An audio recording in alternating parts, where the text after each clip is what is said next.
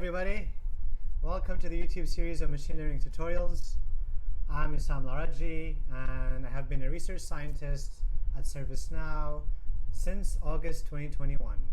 Before that, I used to be a postdoc at McGill working on computer graphics research. And before that, I used to be in UBC Vancouver working on computer vision and optimization.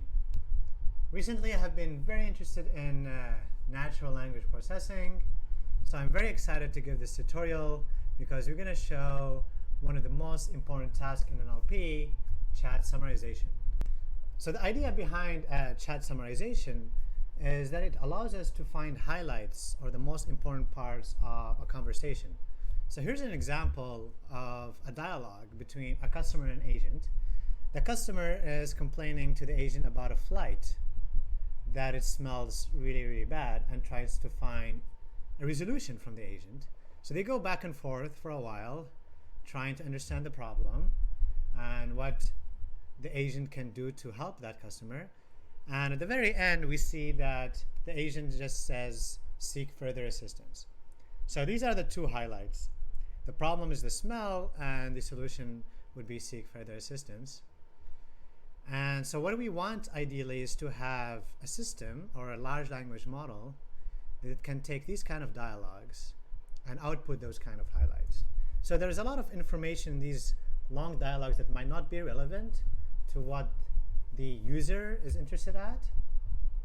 So we can train large language models in a way that just gives us the most important parts. So this is an example output of a large language model like T5 or BART. And the problem that it outputs is that the customer complains about smelling flight, and the outcome is that the agent says to the customer, seek further assistance. So this is an example of chat summarization. And what we'll be doing in this tutorial is that we're going to show the whole pipeline of training and validating a chat summarization method. And the goal behind this is to allow people to learn about how chat summarization is all about in terms of large language models. And also, if you're interested in doing research in chat summarization, such as new chat summarization methods, you could use this code base as a foundation. Also, if you're interested in doing a product on chat summarization, you can use this code base to help you with that. So this is the main goal of this tutorial. By the end, you should be able to train and validate a large language model and understand how it works to a certain level. So the prerequisites here for this tutorial is that you would need some experience in Python and some foundations on general machine learning. And you probably need a machine with at least 8 GB RAM. GPU is highly recommended, but it's not necessary. You can still use the CPU to run the training and the prediction and the validation, but it might take a while. So it's highly recommended to have a GPU. So as a quick start, there's 4 steps to this tutorial. The first thing is that we need to clone this repository. So this link is also provided below, so you can just copy paste that, and then you can clone the GitHub repo. Once you get into the folder that has been downloaded, you can install the requirements. So this requirements.txt, you can use pip install, and that will give you all the libraries that you need to make this code base work. And ideally, you would need a Python that's 3.5 or higher, because that's where I tested. But it might work with lower. Then the second step would be, or the third step, would be train and validation.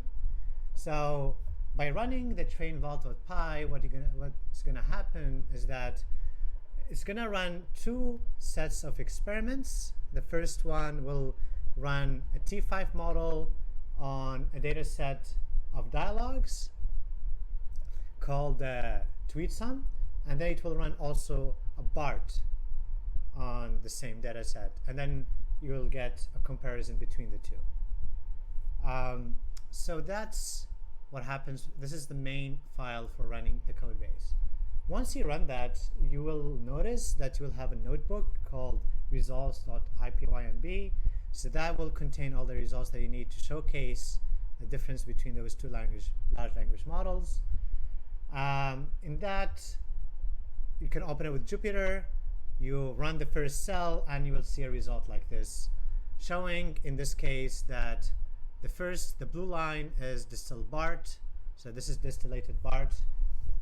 This is from Hugging Face. You can get more information about this model there. And the orange is T5 small, and which you can also get from Hugging Face. And it's very interesting that the BART is performing a lot better. So that's maybe something to explore there.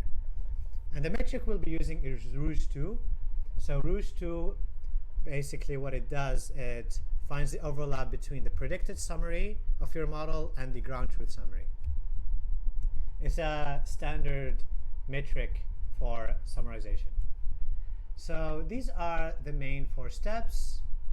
Now what we're going to do is we're going to go to trainval.py and we are going to run the code and go through each step to understand how the pipeline works. Okay, so let's look at the trainval file, which contains the whole pipeline. We can start from the top. It contains some very relevant libraries. So NLTK, very important for NLP, pandas, Hugging Face libraries like datasets and transformers, PyTorch as well. We're going to be using PyTorch, and also Haven, which is a very nice library for running and managing large-scale experiments. The first function is trainval for training and validating. That's the main function. Then we have tokenize, because in NLP we need to tokenize the datasets, mapping the words into token IDs. And we have train on loader for training for one epoch. Then we have val on loader for validating the model on the test set. And that's pretty much it. So we're going to go through the main. So this is the starting point of this file. And we're going to start there. So I'm going to run the code. And I'm going to go through the debugger step by step. Sometimes it takes a while to launch. That's Hugging Face. TensorFlow sometimes takes a while to initialize, but let's wait for it. Okay, so we're here. Now the first step we're going to do is we need to define a set of experiment hyperparameters. We start with an empty list and we're going to fill up that list. So we're going to take a few steps and we're going to go here. So we're going to fill it up with the dataset tweet sum. So this is the dataset of dialogues that we talked about. It's gathered from Twitter, dialogues between customers and agents.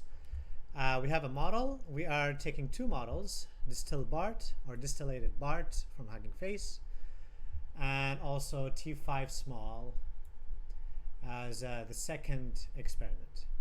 For both of these experiments, we're going to do a batch size of 16 and a learning rate of 5 times 10 to the power minus 5.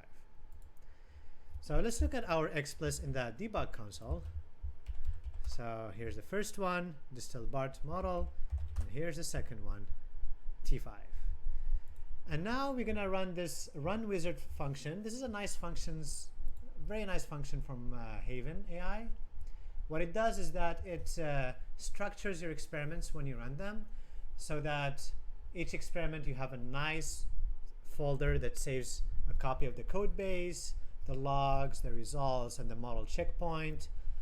And also it creates a nice Jupyter notebook called results.ipynb, and an automatically generated Jupyter file that you can check out and gives you plots and tables for your results. And if you have a cluster like GCP or Compute Canada, it has a very nice way of managing those experiments and launching them as well as visualizing them. So it's a very nice, useful tool to simplify your workflow. So if we go here, and now the function that it will go to is trainval. So let's go all the way to the top. I'm going to put a breakpoint here. I'm going to run the code. So notice that train-val has 3 arguments. I think every machine learning experiment needs only these 3 main arguments. So xpredict, that's your high parameters for this experiment. It's a dictionary, which is really convenient and nice. Savedir, this is the folder where the experiment is saved. So notice here you'll see a hash.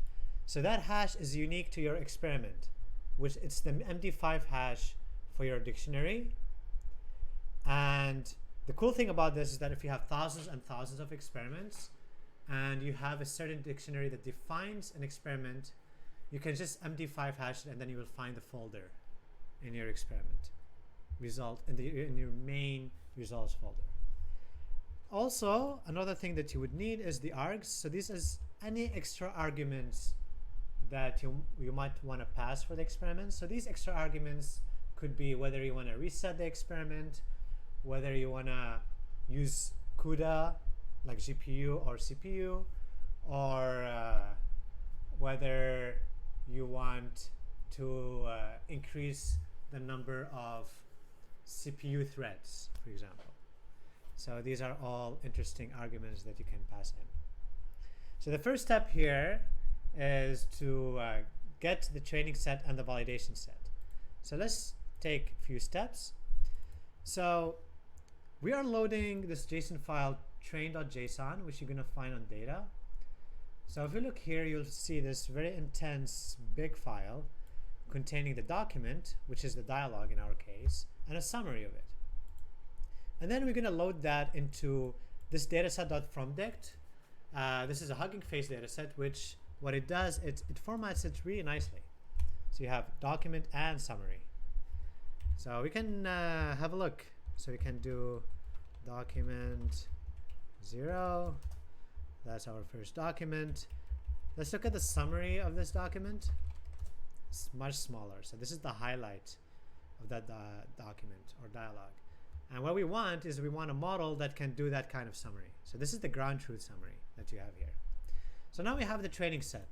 Our model we're going to train on this training set, which consists of 320 dialogues. And we're going to test on this validation set, which contains 32 dialogues. So let's see how good we will do here. So the next step is that we want to get the model and the tokenizer associated with that model.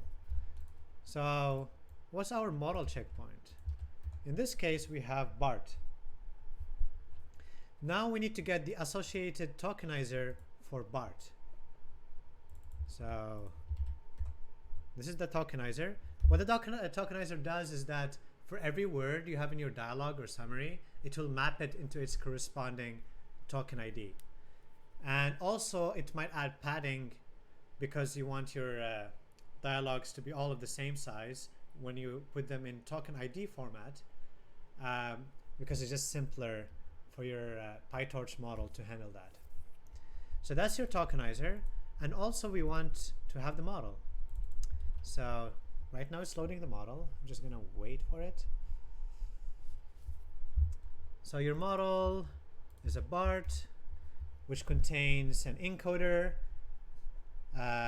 like a BERT, made of a couple of transformer layers, and you have a decoder made of a couple of also of transformer layers in a GPT-like format. It's autoregressive. And you can find more information about these in the BART paper. But for learning this, for running this chat summarization model, that's all you need to learn for now. Then we're going to use the optimizer AdamW. It's a standard optimizer for NLP models. It works really, really well. There might be better optimizers, but usually that's the safe choice. So now we have the model, the tokenizer, and the optimizer, and we have the data sets as well. For the data set, we still have them in Word format.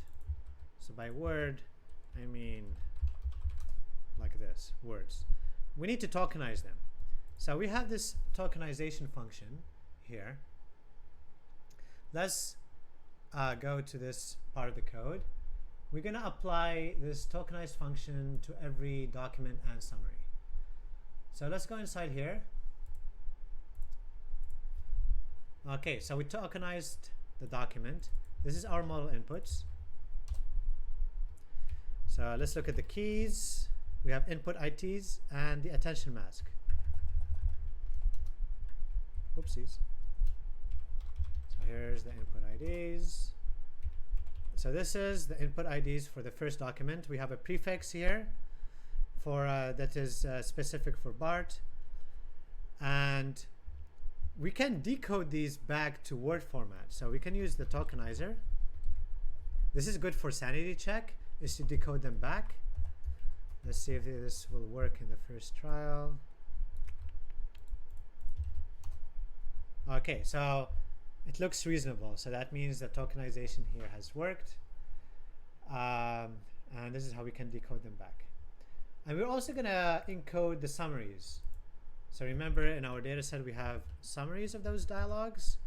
We're going to encode them as well as labels. So there you go. Now that's our new data set. So the data set now contains document, summary, input IDs, attention masks. So the attention mask is because when you have these input IDs, you might need to pad to make them all the same size, but you don't want the model to look at what you have padded. So these are just empty pads just to make everything the same size. So the attention masks is a binary. So if you look at it, there's either 0 or 1. So this 1 means the model has to look at that input ID, otherwise don't look at it. So this is a very neat way of allowing the PyTorch model to only work with the right input IDs. But we're also going to remove document and summary because we don't need them anymore. All we need is the input IDs, the attention mask, and the labels. So now our data set contains input IDs, these 3 columns basically. Great. So now we are good. We have a nice training set, a nice validation set. Now we need to create the loader. So the loader here is what we use to encapsulate the data set so that we can sample examples from it. We have this thing called a collator from PyTorch. So this collator, what it does is that whenever you sample a batch of input IDs, attention mask, and labels, you want the batch to be all of the same size in terms of paddings. The collator does that for you, which is really nice. So we are going to create the training loader, which contains that collate function. We're also going to include the batch size. Remember, our batch size is 16.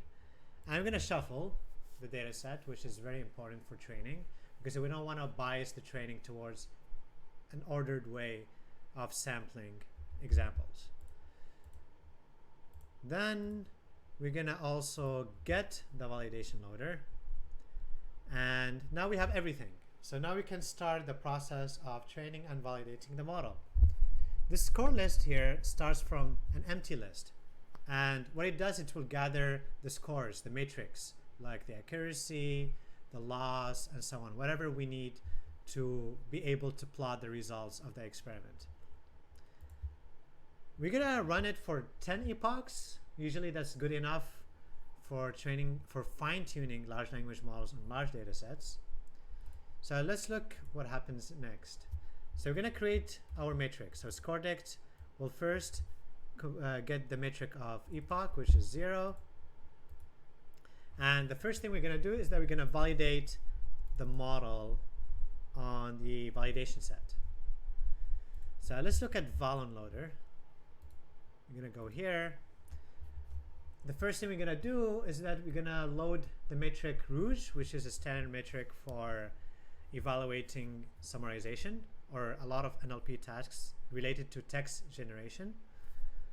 And we're going to put the model in eval mode. So eval mode is very important when you have dropout or batch normalization, because during inference time, those two layers behave differently than during training time.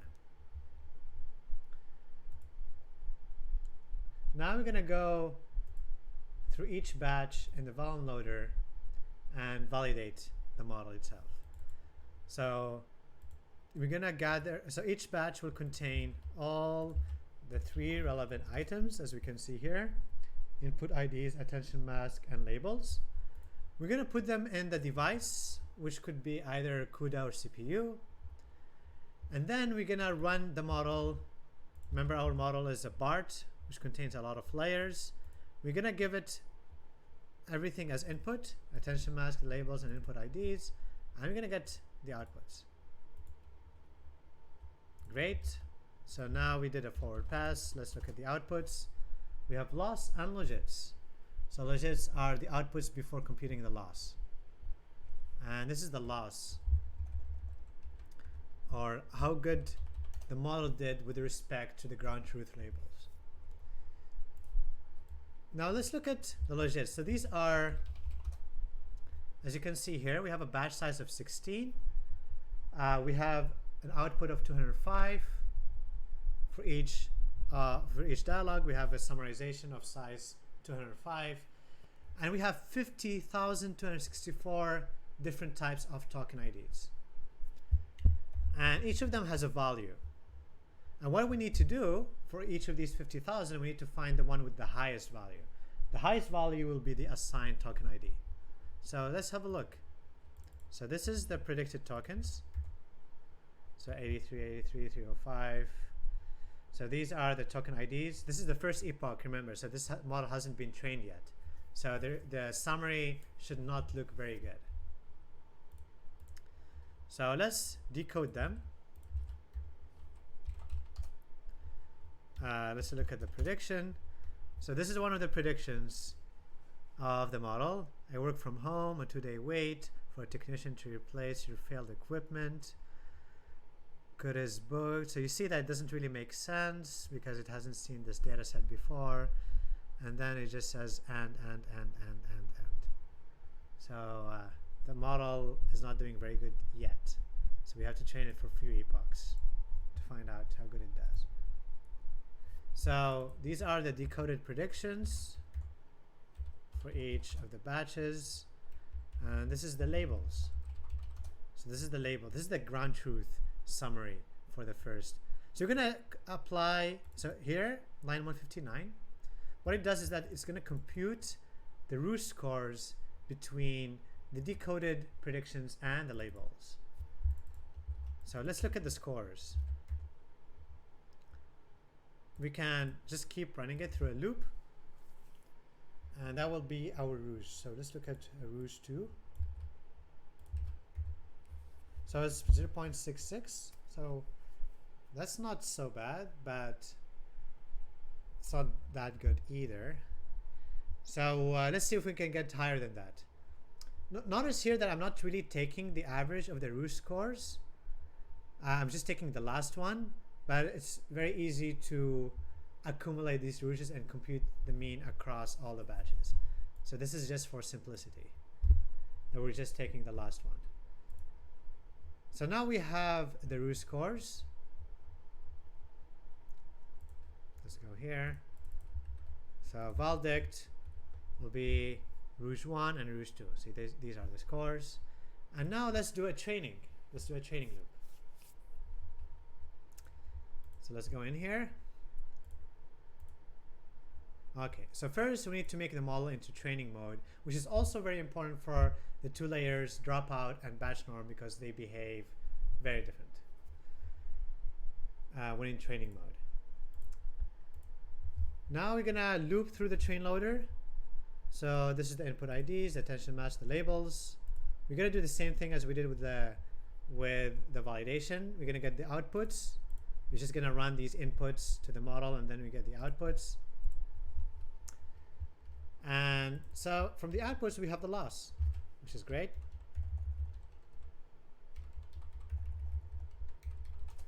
This is our loss. So the loss here basically is the deviation from your output to the ground truth labels, or the ground truth summary. So we can do something that is very convenient that PyTorch has. So you do loss.backward, and what it does is this computes the gradients for each layer with respect to the loss. And we have this optimizer here, and we're going to take a step forward. So we're going to update all the weight parameters in your model with respect to this loss, and it will keep on going. So it's going to be 20 iterations. So we're just going to wait for it.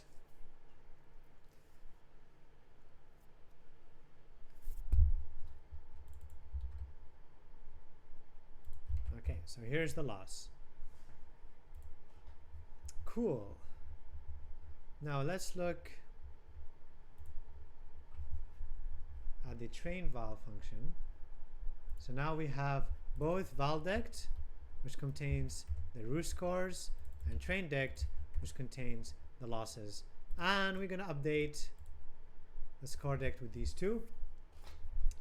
And then, so the score list will contain the first dictionary of your matrix. And then we can print it out as a data frame. So you can see here, this is the data frame. And then we can save the score. So let's run this for another epoch, just so we can compare.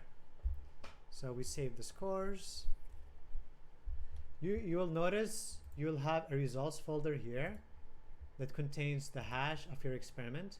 So this is the hash, and this is the scores for those experiments. So that way you can keep track of your results. So as you can see, the train loss went lower and the rouge has become higher.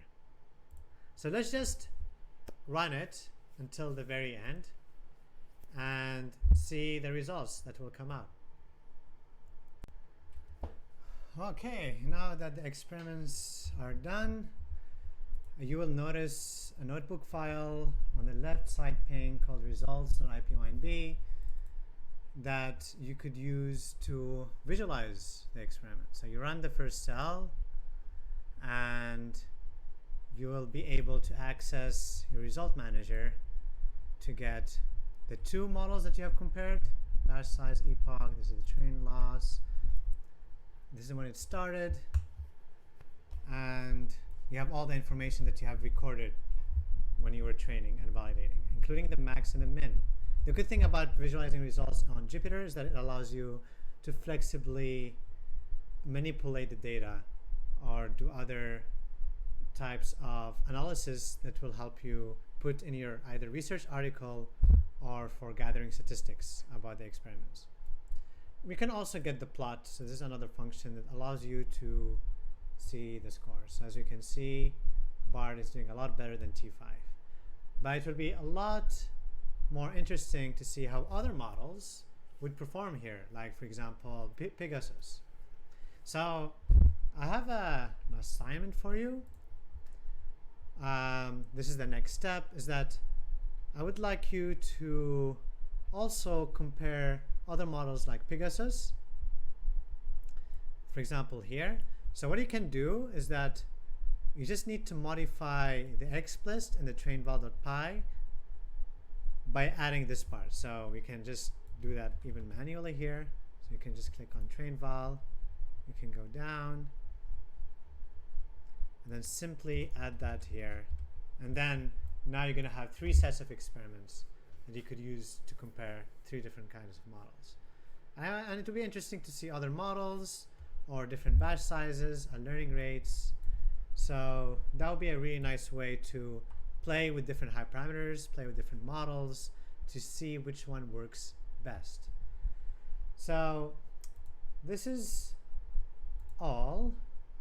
Now we have seen how we can train and validate a whole chat summarization pipeline.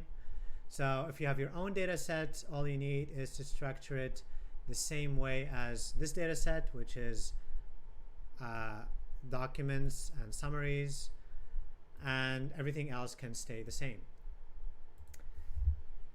And to end this, I've been working a lot on natural language processing research with focus on low data learning like few shot, zero shot, and semi-supervised learning.